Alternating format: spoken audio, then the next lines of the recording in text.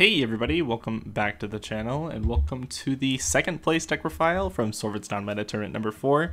So go ahead and say your name and say what you played. Alright, I'm Giant Caliber. I also go by the tag iPhone for Dueling Book. I went second place in Sorvin's non-meta tournament with Traptrix. Yep, so it's honestly a pretty standard list. I mean, typically like the only thing it changes for like between these trap checklists are like the ratios on trap cards. I think for the most part like the trap check line out is pretty much the same. However, you're on 8 tracks, which is a little bit different, but we'll get into that in a second. So for the trap checks monsters, you're just on 10, so just 3 Mantis, 3 Mermello, 3 Dianea, and the 1 8 tracks. So did any of these overperform or underperform, or like would you cut them for any other cards, or do you think that they were pretty solid altogether? Probably the only one that I could consider cutting is Atrax because it's literally only there to just make sure that you have a way to get into Sarah. Other than that, I think they're all pretty solid. Yeah, I think that, I mean, you're having 10 normal summons, which sometimes can get pretty cloggy. Sometimes your hands will have like 3 Traptrix monsters and it's kind of rough, but like other than that, I think that it's still like pretty solid. I think like typically like 8 normal summons is like a good balance, but you do want to see the Sarah, so if you don't see the Sarah, you're really kind of screwed for the whole game. But I have to see the Sarah play. Yeah, so it's definitely like worth playing multiple copies just to, or like extra copies just to make sure you see it. So yeah, then we have 3 copies of Exceed. It looks like you're not on any hand traps outside of the impermanence, but yeah, that's kind of interesting. But Exceed is just fantastic just because Sarah's a link 1, so you can just make a rank 4 immediately after. So it's really good. I don't think there's anything else really to say about that. 1 upstart, we like to see everything, so yeah. 3 copies of Called by the Grave. Too bad Konami hit those.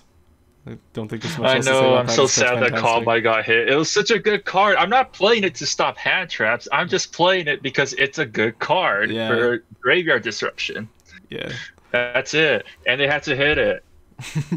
And then for your trap holes, we are on 2 copies of Floodgate Trap Hole, 2 Gravediggers Trap Hole, and 1 copy of Bottomless. So how did you feel about this ratio?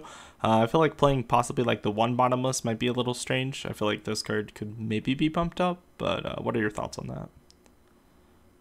So basically, I think the standard list I was able to look up through a few regional tops that I've found where a lot of people like to run 2/2, a Floodgate, and Gravediggers, and some other lists ran Bottomless, and I thought that it'll be a pretty nice tech because it could just get rid of a monster if the conditions are met. So there you go. Yeah, I feel like Bottomless is more relevant, especially in the non-meta tournaments. So maybe this could go up. I think it was a good idea. Yeah. I don't know about bumping it up. I was also considering Traptrix Trap Hole Nightmare, which I've seen other players try, but I felt like it might have been a situation where they paying on the type of deck I was up against, so I was okay with what I had. Yeah. So for those of you that don't know, Trap Hole Nightmare is something that it's kind of like a strike but slower, but it's a trap hole, so it's like the name, and also a normal trap, so it triggers Sarah. But when a monster that special summon activates its effect on the turn that it is summoned, then you can negate the effect and destroy it. So it's kind of like a strike, except you don't pay life points. It's like the best thing to compare it to, I think. It's more or less the next best trap lineup for Traptrix in terms of Traptrix traps. So yeah. And then we have 3 copies of Shade Brigandine. This is just obviously probably the best extender to exist in this deck because it triggers Sarah and gives you a trap hole. So like it's so good. Just being able to get that extra advantage. Yeah, fantastic card. Immediate rank 4, plus if you make redo, you get an interruption, so that's really nice as well. 1 copy of Impermanence, just stop, stuff, I guess. Is there any reason why you didn't play... It's that 1 copy. Yeah, is there any reason why you didn't play Effect Veiler at all? Well, the problem with hand traps is that they have 0 synergy with the deck. Yeah, that makes sense. And I just felt like it was just better to maximize on synergy and value. Yeah, I didn't feel like hand traps were necessary this format, so I just thought that I might as well maximize my value and synergy, and that would, win me more games. Especially because I think that like these trap cards are even like good going second typically. Like if your opponent extends going into turn Yes. 3, you can hit torrential him or like compel something back to the extra deck. Lost Wind's also really nice. Like a lot of these cards are really good just going second like naturally. Which says it's Yes. kind of strange to say that just because like they are trap cards, but they are good like even if you're going second, which is kind of strange. But yeah. The thing about torrential is that, well, it did me pretty well last tournament, and I wanted to make sure, well, I could run a deck that can run torrential tribute. Traptrix also happens to be one of them because Sarah and Rafflesia are immune to trap effects. Yeah, so it's just really good. Yeah. Then 3 compulse, 3 torrential. We also went over like the Traptrix, which is just 3 extra copies of everything, so it's pretty good. And then 3 copies of Lost Wind. So, how did you think about Lost Wind over something like Titanocider? I know like Lost Wind can like potentially bait out like a Pinkertops or something similar to that, or even like Parallel Exceed, whereas like Titanocider can't. But Titanocider is like better recovery. So like, what did you ever like consider playing Titanocider over Lost Wind or vice versa? I did consider playing Titanocider, but I felt like Lost One was just slightly more versatile. Yeah. And I just want to make sure that I have that versatility to make sure I can fight any deck rather than specific decks. The versatility over the power, which makes a lot of sense. Yeah.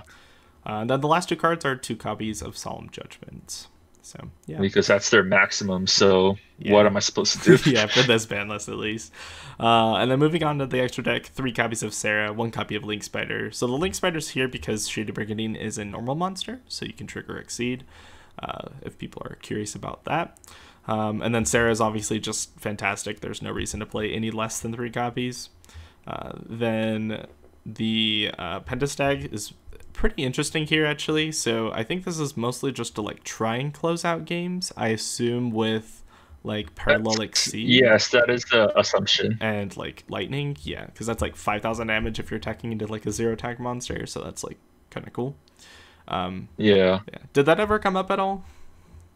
I did not make a Pentastag the entire tournament, so that's probably the one I should cut out of that list. Yeah, it seems like not bad though. I mean, obviously since like your extra deck is kind of like you can play whatever, so I mean, it seems fine. 1 copy of Unicorn, or sorry, Phoenix, and then 1 copy of Unicorn. These make a lot of sense. Just because, especially because Sarah has the downward arrow, so like the Phoenix, you get way more value out of it. Did you ever consider playing Cerberus? In this tournament, no, but in retrospect, I probably should swap it out for the Pentastag. But that's retrospect, so what can I do? Yeah. And then 1 copy of Unicorn to spin stuff back. Then the Borreload. So did you ever make Borreload? This seems like pretty hard to make. I mean, I feel like it's definitely possible with like Sarah getting a special and then like Exceed getting a summon, and then you have like Link 4 materials there, but I think if I remember correctly, I did make it my final game, like one of the games against Maticus's Thunder Dragons, but because I think the one time I did that, I was supposed to close out the game, but I made Borreload instead, and because of it, my Borreload got ran over, and I lost that game. Okay, so it's definitely like possible to make it. It just seems kind of hard, but that makes sense. It could have been better.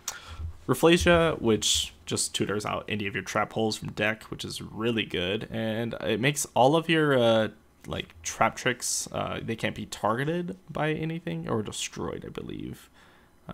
So I think that's right. They can't be targeted. Yeah, okay. Rafflesia is the only one that can be targeted out of the Traptrix, but they can't be destroyed by card effects, battle or card effects actually. So Rafflesia is actually pretty good. Then a copy of Alamaris. This card's kind of, I don't know. This card's kind of weird to me because you can detach 2 and then special plant back from the grave, or plant or insect. So I guess it can like recur your Sarah back. So that's kind of cool. You can also link it off into Sarah, since Sarah just needs a non-link Traptrix, so just not herself. So that's also an option. So if like, I think in like weird hands you can make this with when you draw like Shade Brigandine Exceed, you can make Sarah. I don't know if that ever comes up, but I know you can do it. It just seems kind of odd. What do you think? More than that, I think the more important part about Alumeris, a second effect where if an opponent's monster leaves the field because of your card effect, you more or less get to steal it back. Okay, so that's the more important one. Okay. But yeah, you could detach to special summon a insect if you felt like you had the ability to do that, but I mean, it could just put more damage on board. I mean, because then you could just go from a Mantis Sarah into like you know, Alumeris Mantis. Or it has incredibly good synergy with a card like Torrential Tribute. So you have that on board. You activate Torrential Tribute. That card doesn't get destroyed because it's not affected by trap effects. Yeah, well, then you could trigger its effect and then just bring back whatever you feel like bringing back, and yeah, just swing for game from there. Okay, that makes sense. Then 1 copy of Utopia, 1 copy of Utopia the Lightning. Did you ever consider playing the third material, the third stepping stone? I think it's like did, Prime. But I was kind of there's a few targets out there. Yeah, I think you could run Chaos 35. That's another one, not 35, but 39. Oh yeah, I think that Prime's the best option. Prime's better, but I should have done that, but I'm okay with this. Yeah, it's just so that you can trigger the lightning twice, so it's 5,000 damage twice over the course of 2 turns. But I ended up making lightning a lot, so yeah, I probably should have done that. Yeah, especially because sometimes you didn't even use the detach 2. You just liked it for like the battle recovery. You could just run over anything, and then it just stops all the effects in battle phase, which is really it's just a menacing monster to try to attack into. Yeah, it's really, it's kind of hard to out. 1 Redoer, obviously, for the Brigadine. It's just super good. It's really good against the matchup against me, too. It's the MVP of the deck, actually. Yeah. Then 1 copy of Dweller, 1 copy of Tornado. These are just amazing utility cards. I don't think there's much else to say about that. So, yeah. If I remember correctly, when it came to Tornado Dragon, it was just a last-minute, throw-in when I think one of the cards I put in there was accidentally a ban card for this tournament. And then I just what other good XT monsters can I think of? Tornado Dragon. Baguska. I don't know. And then just submitted the deck list. Yeah.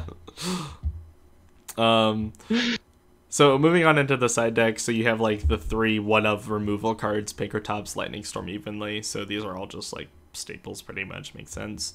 3 copies of Dark Hole. So was there any reason you played this specifically over a Kaiju, or did you just want to kind of close out the game with this? I don't know. It's just to make it's just to bait negates, also to just wipe the board if you can. Okay. It's a lot easier to fight your opponent on a clear board than a board full of monsters. So that was the mindset behind that. 3 copies of Heavy Storm Duster. Obviously, this card's super good against back row, especially if they set 4 and you draw a Duster plus a Traptrix. You can just blow them out. It's so broken to do that. I don't think it's just the idea that it wins you the control matchup free if you can pull it off. Oh yeah, absolutely. It's just insane value out of this card. 3 copies of a Pointer of the Red Lotus. This is the next best Solemn Judgment card, obviously, to hit the 3 removal cards. Makes a lot of sense. And then Ice Dragon's Prison. So how did this actually perform for you? I think it was amazing. I think you could see my matchup for zombies with it, and it basically won me the game all the time. Yeah, I mean, makes sense. You can just banish get rid of unit zombies, get rid of Balazar, get rid of everything. It's free. Yeah, would you consider main decking this then? Or just leave it on the side? Just because it's matchup dependent? It's matchup dependent. It did well against zombies. It was a pretty okay card against Thunder Dragons. I think I could have won the game because I resolved it before, but the point is it's a really good card, and I think it's fresh off. It was just fresh in TCG from this time, so yeah. And I think when I was practicing a Godlimation, whenever he resolved Ice Dragon's Prison, I was just blown away. Yeah, I was devastated. Yeah. It's insane value for the most part. I mean, it's a 1-for-1 trade at minimum, so so it's pretty good. It's 1 for 2, really. Yeah.